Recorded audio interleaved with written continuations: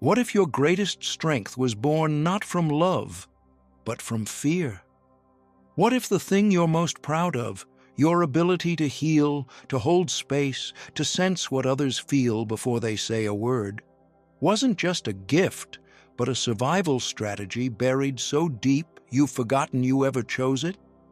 This is the haunting truth for many empaths. Their light began not as freedom, but as a shield, a secret vow made in silence, a sacred contract written in the invisible ink of emotional survival.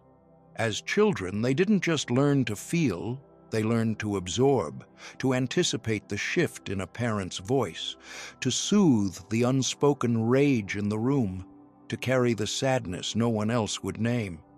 They didn't call it sacrifice, they called it love. Somewhere inside, a belief took root. If I stay quiet, if I stay soft, if I hold your pain, you won't leave me. And so they stayed, soft, silent, sacred, praised for their sensitivity but punished by their own exhaustion, loved for their empathy but forgotten when they were the ones who needed holding. Carl Jung once said that the most terrifying thing is to accept oneself completely. But how can an empath accept themselves when their identity has been shaped around others' pain? The role of the healer became a mask they forgot they were wearing. The peacekeeper became the prisoner. And now, decades later, they find themselves still bending, still absorbing, still rescuing, only now with a smile that hides the soul's fatigue. But what if this contract could be seen for what it really is? Not a moral obligation, but an energetic agreement that can be rewritten. What if compassion didn't have to mean collapse? What if you could love without disappearing? This is not just about emotions. This is about identity. This is about waking up from a trance of inherited loyalty and learning to say, I no longer need to bleed to feel worthy. Because once the contract is seen, it can be released. And once it is released, what remains is not emptiness. It is you. The version of you that was never meant to carry the world, only to shine within it. Let us begin where all healing begins, not with what you give to others, but with what was once taken from you in silence.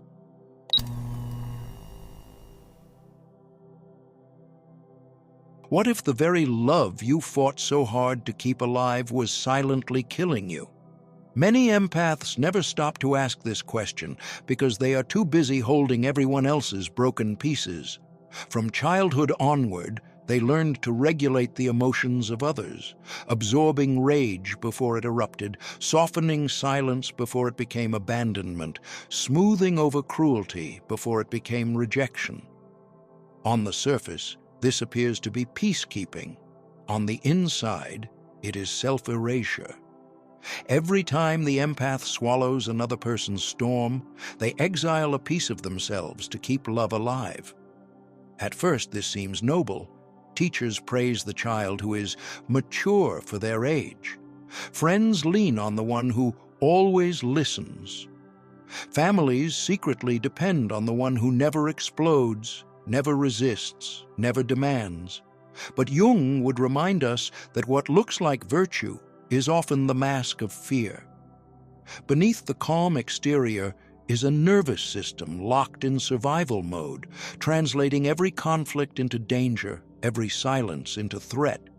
What the empath calls compassion is often just emotional displacement. The pain doesn't vanish, it migrates inward. It clogs the body with anxiety, insomnia, autoimmune flare-ups, and chronic exhaustion. The empath becomes the family's lightning rod, absorbing every strike of chaos, believing that if they can just keep the peace, they will finally be safe. But the unconscious never forgets the price. It begins sending signals, dreams of drowning in faceless crowds, serpents slithering in the dark, vines tightening around the throat. These images are not punishments, they are messages. Jung called such symbols the language of the unconscious, warning the dreamer of an old contract that is breaking. The psyche whispers, You cannot carry this much longer. Renounce the vow or perish under its weight. And yet many ignore the message, convinced that guilt will devour them if they stop. Think about it. How many times have you stayed in a friendship, marriage, or job long after your body screamed to leave, only because you feared being seen as selfish? How often have you convinced yourself that exhaustion was love, that self-sacrifice was virtue, that silence was maturity? And what has it cost you? For some, it costs decades. For others, their health. For many, it costs the very sense of who they are. Jung taught that the soul will do anything to protect its wholeness, even if that means destroying the false self we built to survive. The dreams, the illnesses, the sudden eruptions of anger, these are not failures. They are warnings, thresholds, and invitations. They ask, will you keep carrying the pain of the world in your body, or will you dare to place it down and face the terrifying possibility that love should not demand your suffering? The truth is simple, yet devastating. The price of being loved under this contract is your very self. But the moment you see this clearly, the contract begins to dissolve.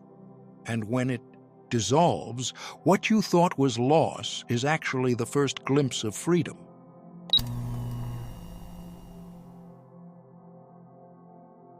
When did your kindness become a cage? There's a moment, quiet and almost imperceptible, when goodness becomes performance and love becomes survival. It begins in small acts. You say yes when you mean no. You smile when something inside you is screaming. You agree to help, again, even though you are already unraveling inside. At first, this feels like compassion. It looks like strength. But slowly, a voice inside begins to whisper, "Where am I in all of this?" Many empaths grow up confusing invisibility with virtue. They are praised for being easy, for never needing too much, for always putting others first. You're such a good girl. You're so strong. You're wise beyond your years. These words, though meant as compliments, become golden chains. And behind every good one is often a child who learned that their worth was conditional, that to be loved, they had to disappear. Carl Jung warned us, when the persona, the mask we wear to survive, becomes too perfect, the shadow begins to starve. The good persona says yes to everything, but the shadow resents it. The good persona absorbs pain, but the shadow grows bitter in silence. Eventually, this repression doesn't just weigh on the soul, it begins to manifest physically. Migraines, chronic fatigue, panic attacks. Empaths report feeling like they're floating outside their bodies or like they no longer recognize the sound of their own voice. Why? Because the psyche cannot endlessly endure a life where the self is abandoned in the name of being good. Have you ever felt exhausted after helping someone? Not the kind of tired that rest solves, but a bone-deep depletion? That's not compassion. That's self-erasure disguised as service. Real empathy uplifts both giver and receiver. But martyrdom, often mistaken for love, drains the soul and warps the nervous system. Jung reminds us that healing begins not in extending more energy, but in withdrawing enough to ask, whose energy is this? This is the turning point, when the empath begins to question the contract that made them equate sacrifice with love. They start to feel the quiet rage underneath their smiles, the sadness hiding in their productivity, the fear behind their yes. And for the first time, instead of pushing it away, they listen. They do not judge their anger. They do not shame their desire to rest. They do not apologize for their no. This is not selfishness. It is sacred reclamation. And slowly, something miraculous happens. They start drawing boundaries not as defense, but as devotion to their truth. They begin to protect their joy as fiercely as they once protected others' comfort. They take up space in rooms they used to shrink in. They speak their needs in full sentences. They rediscover hobbies that have nothing to do with helping anyone. Their presence begins to shift. Not louder, not harsher, just truer. Jung taught that the path to wholeness is not through perfection, but integration. The empath who integrates their shadow becomes radiant, not through overgiving, but through alignment. They don't stop loving, they just stop abandoning themselves to do it. So let me ask you something quietly revolutionary. What if being good was never the goal? What if being whole was? What would change in your life if you stopped being the peacekeeper and became the truth-teller? What if the most healing thing you could do for the world was to finally become honest with yourself and with everyone who has mistaken your silence for serenity? Let the old version of you rest, the one who coped by disappearing. There's a new self-awakening now, one who has performed, one who is ready to become.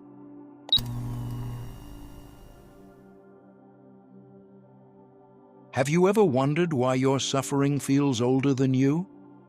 There are wounds we carry that do not begin with our own story. You may find yourself reacting with disproportionate grief to events others seem to brush off. You may feel exhausted in ways that sleep cannot mend. You may be walking through life with a heaviness that has no clear origin. And this is where Jung's voice echoes with quiet clarity. Not all pain is personal. Some pain is ancestral. Many empaths are born into emotional lineages where silence was survival. Generations before them endured unspeakable loss, war, displacement, poverty, and betrayal.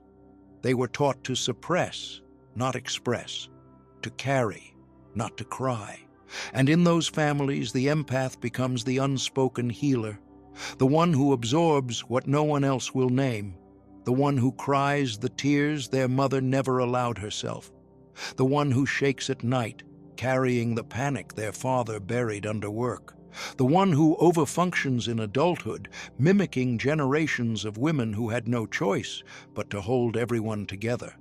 Carl Jung called this the collective unconscious, a realm where unresolved traumas echo across time, imprinting themselves into the dreams, bodies, and behaviors of descendants.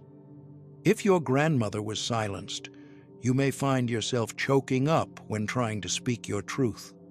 If your grandfather lived with unprocessed rage, you may feel inexplicable guilt when setting boundaries. These are not simply personality quirks. These are psychic echoes. And here's the truth that breaks open the soul.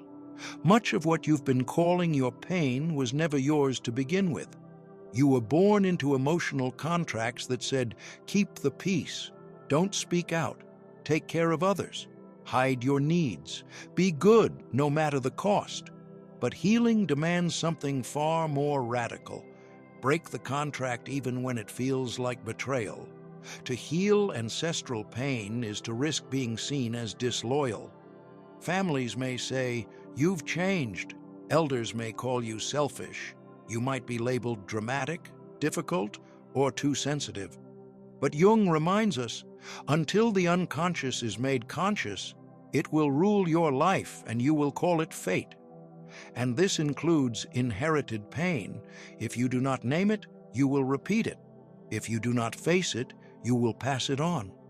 Have you ever had dreams where you're drowning in a sea of faces? Wandering through a house that doesn't feel like yours? Hearing weeping in the background with no one in sight? These are not just nightmares. These are symbols. They are the psyche's language for inherited burdens. And the message is clear. This pain must be witnessed, not relived. This is where your healing becomes sacred. When you stand before the legacy of suffering and say, I honor you, but I will not reenact you, you light a candle for your ancestors, not by suffering like them, but by choosing something they never had the freedom to choose, emotional liberation. You do not betray them by living in peace. You fulfill what they silently hoped for but never received. You become the answer to their unspoken prayer. You reclaim the right to feel joy without guilt.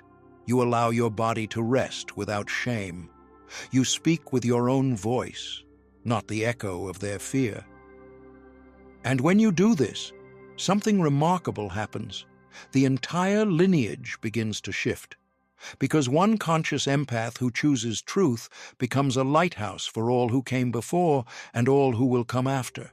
So ask yourself, what legacy are you still living that no longer belongs to you? What belief did you inherit that it is now time to bury? And if your ancestors could whisper one thing to you from the silence, would it not be this? Go where I could not go. Say what I could not say. Live free so that our suffering is not in vain.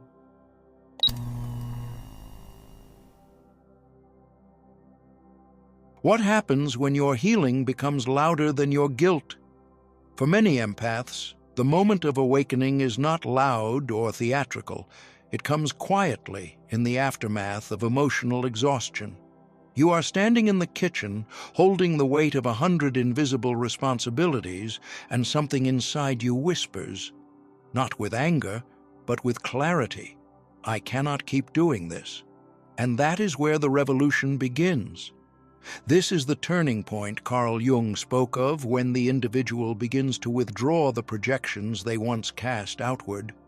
It is the moment you realize that your worth is not measured by how much pain you can hold, but by how honestly you can listen to your inner truth.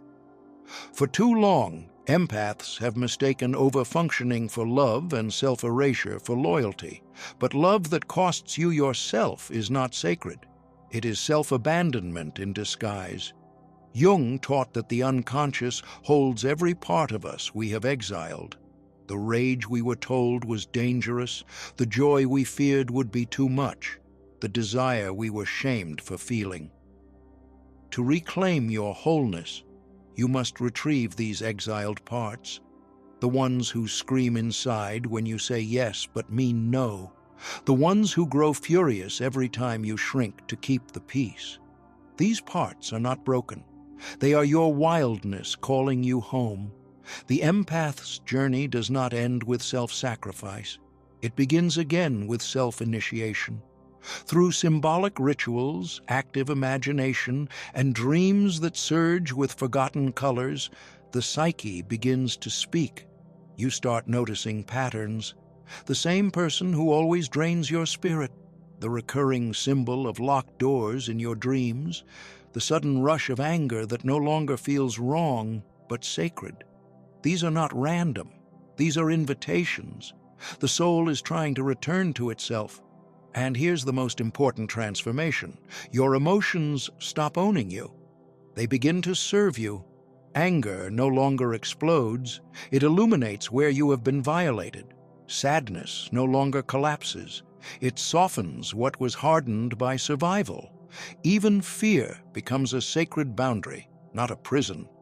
You stop absorbing everyone else's emotional chaos like a sponge, and instead, you become a radiant center that asks one soul-altering question. Is this mine to carry? And when the answer is no, you put it down, not with apology, not with guilt, but with reverence for the self you are finally choosing to protect. You say no to the friend who only calls when they need something. You walk away from the family gathering that leaves you shattered. You stop explaining your worth to people committed to misunderstanding it, and something miraculous happens. You feel the ground of your own life return beneath your feet. You taste freedom not as rebellion, but as alignment. You realize that choosing yourself is not a rejection of others, it is a reunion with your soul. This is not a betrayal of your nature. It is the fulfillment of it.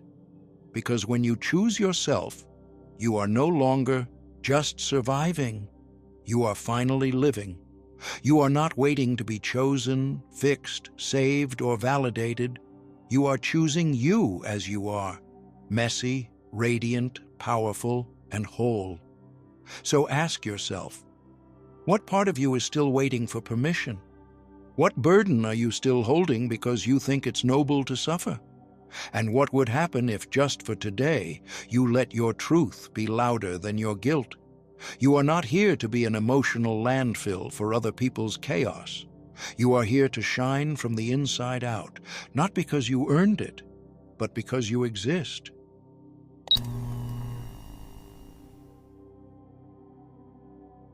Have you ever asked yourself why you fear your own fire more than someone else's control?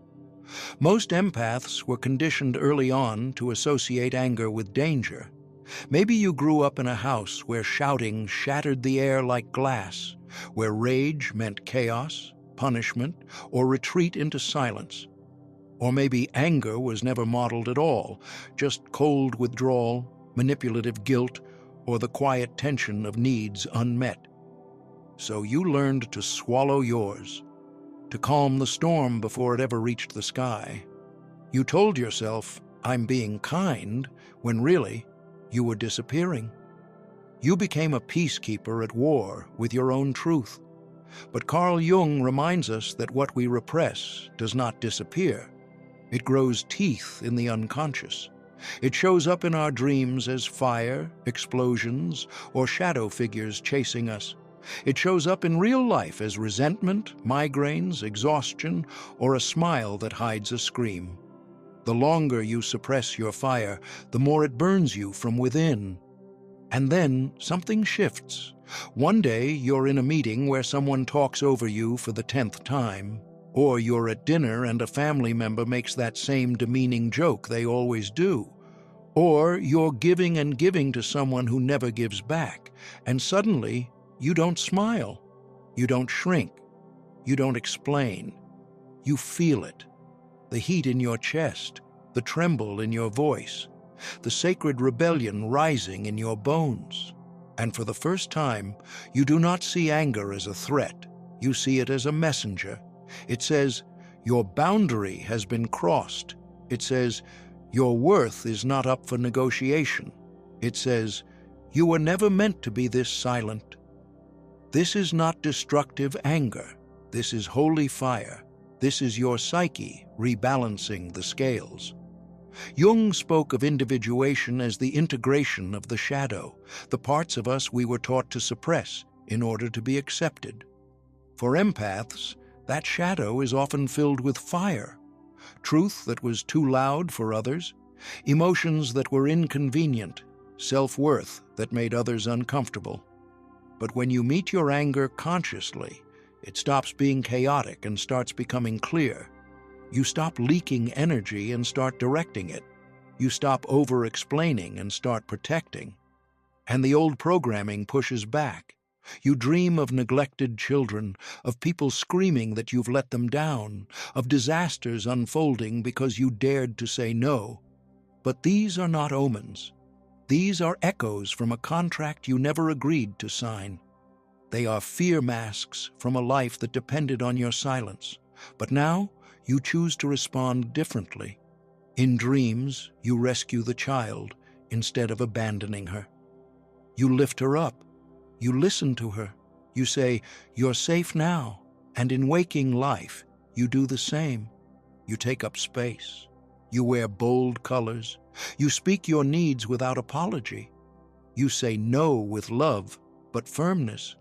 You feel the joy of being seen as you are, not as others need you to be.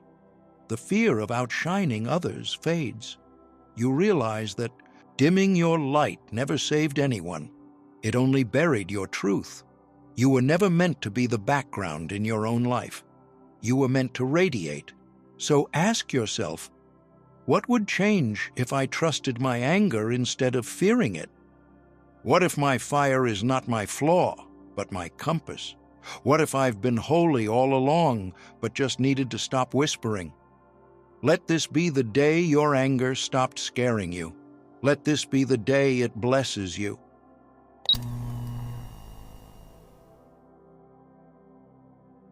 What happens when you finally stop asking, what do they need from me? And start asking, who am I when no one is watching? This is the final turning point in the empath's journey. Not an explosion, not a breakdown, but a quiet remembering. A return. You no longer leak light to be loved. You no longer offer softness as currency. The survival contract has been burned, and in its place, something truer rises, the sovereign self. At first, the world responds strangely. Some people vanish without a goodbye. Others call you cold. Those who once fed on your guilt now find your silence unsettling. But this time, you do not bend to be palatable. You do not apologize for your glow. You do not shrink to fit. You shine as a beacon, not as bait. Carl Jung taught that individuation is not about becoming someone new, but about unbecoming everything you are not. And here, the empath, once drenched in everyone else's moods, once wired to rescue, to soften, to sacrifice, awakens to this truth. Their empathy is no longer performance. It is present, not invasive, not absorptive, but radiant. Their energy becomes clear, like clean water, and that clarity becomes a mirror. Now, their presence reflects others back to themselves, not to manipulate, not to fix, but to illuminate. The sponge becomes the mirror. The dreams shift, too. No more nightmares of drowning or crumbling houses. Instead, the unconscious begins to speak in symbols of rebirth. Rising birds, open doors, rivers flowing freely. These are not just dreams. They are confirmations from the soul that integration is happening. Creativity returns like a long-lost friend. Leadership awakens, not as dominance, but as inspiration. Ideas pour through without effort. Desires become direction. This is the life force that was once frozen in the name of survival. Now it dances. You start to realize the most powerful thing you can do for the world is to become fully yourself. You don't have to carry their pain to love them. You don't have to collapse to be worthy. You don't have to remain invisible to be safe. You were never meant to blend in. You were meant to become. The empath's purpose was never martyrdom. It was a memory, reminding others how to return to their soul by embodying your own. And you don't do it by teaching, pleasing, or sacrificing. You do it by existing in your full truth, by holding your joy sacred, by letting your presence be the medicine, not your exhaustion. So ask yourself, what beauty might awaken if I stopped holding the world and started holding me? What would happen if I stopped absorbing everyone else's pain and became a mirror of possibility instead? Who might I become if I stopped surviving and started living? Let this be the moment you remember who you were before the guilt, before the roles, before the contract. Not a healer because you had to be. Not an empath because you were broken. But a soul who came here to feel deeply, to live freely, and to reflect light so clearly that others remember their own. And in that remembering, the world heals, not because you carried it, but because you finally carried yourself home. If this touched something sacred inside you, don't let it fade into silence. Like this video, subscribe, and turn on notifications. Your presence here is not just support, it's resonance. And if you feel moved to give back, your donation becomes a quiet but powerful gesture that helps keep this light alive for others still walking in the dark.